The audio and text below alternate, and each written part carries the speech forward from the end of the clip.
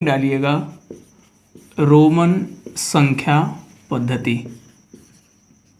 ठीक है, ध्यान से समझिएगा। जैसे मान लीजिए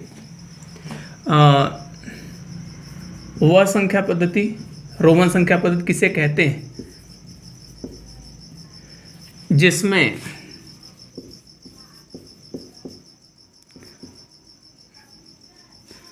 अंकों के लिए विशेष प्रतीक, ऐसे प्रतीक जिनका प्रयोग सामान्य तौर पर अब नहीं होता, अब वो चलन में नहीं है, तो वह संख्या पद्धति जिसमें अंकों के लिए विशेष प्रतीक प्रयोग में लाए जाते हैं, और जिसका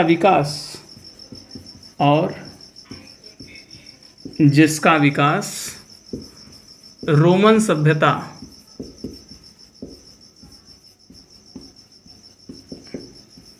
में हुआ,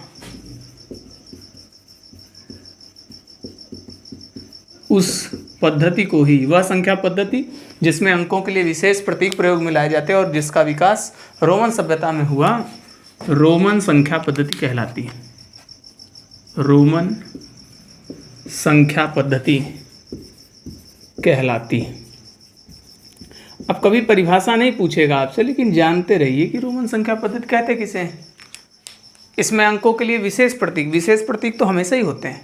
जीरो जो गोला तरीके से दिखता है वो भी विशेष प्रतीक है, लेकिन विशेषता इस आधार पर है कि इसका प्रचलन नहीं है।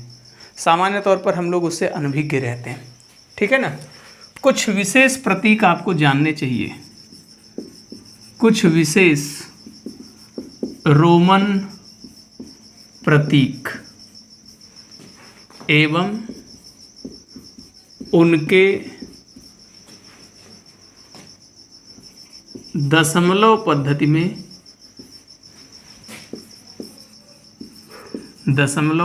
में मान अर्थात अर्थ। कुछ रोमन प्रतीक हैं, उनका आप लोग ध्यान रखेंगे।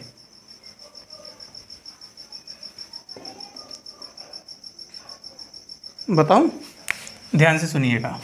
जैसे ये ऐसे दिखेगा तो इसको समझ जाइएगा ये एक है, डबल लाइन दिखेगा इसको समझ जाइएगा ये दो है, तीन लाइन दिखेंगी तो इसको मानना है तीन।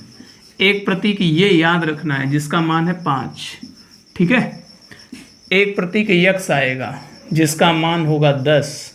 एक प्रतीक एल आएगा जिसका मान होगा 50।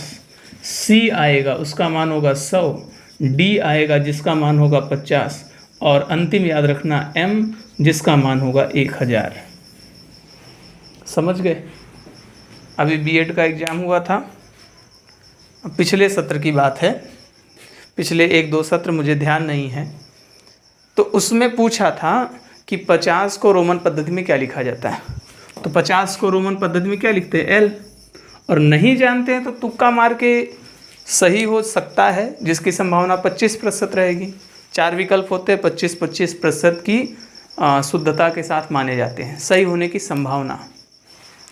तो 50 का प्रतीक क्या है रोमन संख्या पद्धति में, एल। तो डायरेक्ट यहाँ से प्रश्न बनते हैं।